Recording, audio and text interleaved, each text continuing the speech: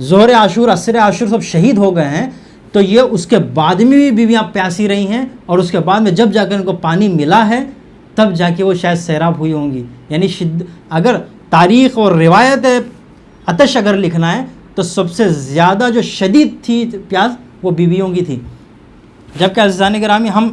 یہ سنتے ہیں کہ انہی اہل حرم میں ایک بیوی ایسی تھی کہ جس کا شیر خوش ہو گیا تھا.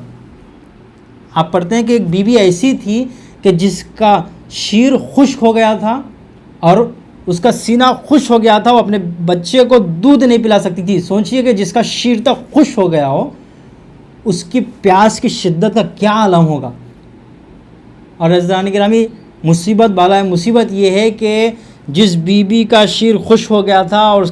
اس کا بچی 6 مہینہ کا بچہ 3 دن کا پیاسا تھا، اس بیوی کا بچہ اس کے سامنے شہید کر دیا گیا. اور اس کو اگر آتش اس کی بجھی بھی ہے تو جب سب شہید ہونے کے بعد میں معلوم نہیں کب پانی ملا، جب اس کی پیاس بجھائی گئی ہے اور اس بیوی کے سامنے بار بار اس کا قاتل آتا تھا، اس کے بچے کا قاتل بار بار اس کے سامنے آتا تھا جاتا تھا. آپ سوچئے کہ کیا مصیبت تھی اہل حرم کی. بہرحال عزیزان گرامی ایک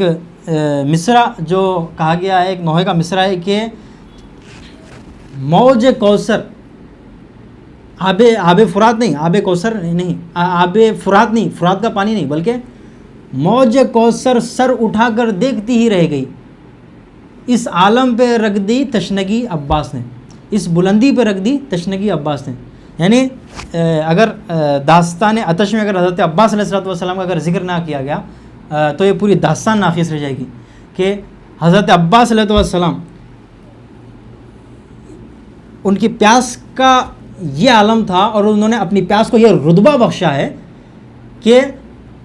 حضرت عباس پانی تک پہنچنا نہیں بلکہ پانی یہ چاہتا تھا کہ میں کیسے نہ کیسے حضرت عباس کے تشنہ لبوں تک پہنچ جاؤں. حضرت عباس کی آرزو نہ تھی یہ اتنی آرزو نہیں تھی کہ پانی ان تک پہنچے، لیکن اس سے زیادہ پانی یہ چاہتا تھا کہ میں کیسے نہ کیسے پیاسوں کے لبوں تک پہنچ جاؤں تاکہ پانی کا رتبہ بڑھ جائے، ورنہ یہ رہ جائے گا کہ وہ جن کے کائنات میں سارا پانی خلق کیا گیا ہے وہی اس کائنات میں پیاسے شہید کر دیا گیا. عزیزان گرامی اور حضرت عباس اس تشنگی کے عالم میں وہ جو تاریخ ذکر کرتی ہے کہ جس طرح سے دیگر اصحاب حسین علیہ السلام بھی پانی تک آئے ہیں، لیکن آنے کے بعد میں اہل حرم تک اور خیموں تک پانی لے جانے کی پوری کوشش کی ہے، انہوں نے اصلاً ایک قطرہ آب بھی نہیں پیا. اسی طرح سے حضرت عباس بھی جب آئے ہیں اور آ کر جب نہر میں دریائے فرات میں اترے ہیں اور اس کے بعد جب چلو میں پانی لیا ہے، لیکن پانی لینے کے بعد حضرت عباس نے ایک قطرہ بھی پانی اپنے لبوں تک نہ لایا.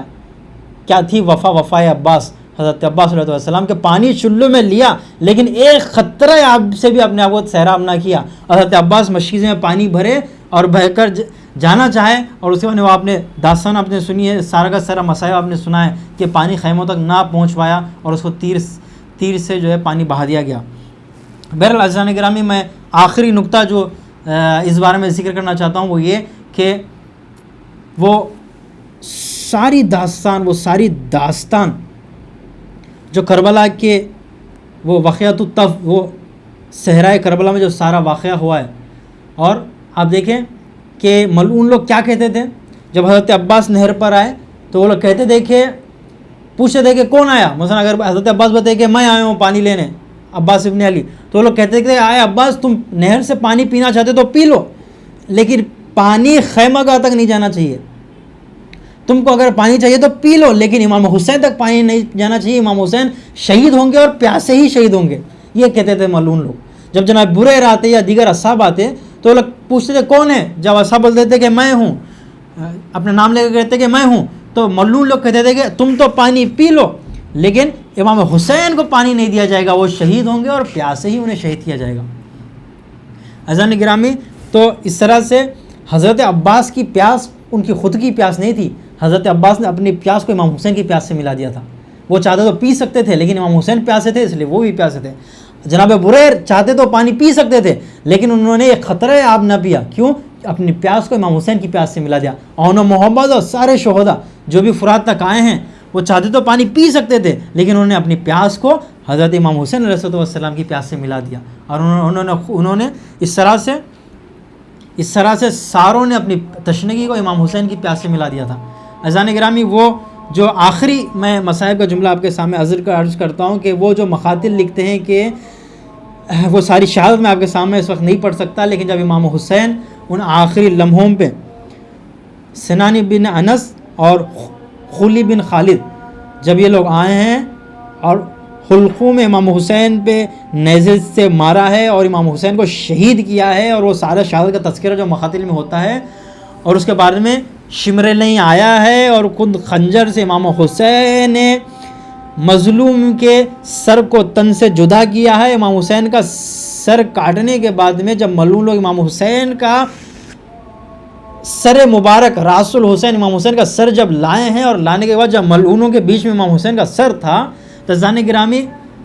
مسائل کے 2-3 جملے آپ کے سامنے رکھ رہا ہوں کہ جب امام حسین کا سر ملعونوں کے بیچ میں آیا ہے اور لعینوں نے جب امام حسین کے سر کو دیکھا ہے، تو راوی کہتا ہے کہ میں نے کوئی ایسا سر نہیں دیکھا کہ جو خون میں لت پت تھا، جو خون میں غلطیدہ تھا، جو خون میں ملا ہوا تھا، جو سارا کا سارا خون میں رنگا ہوا تھا،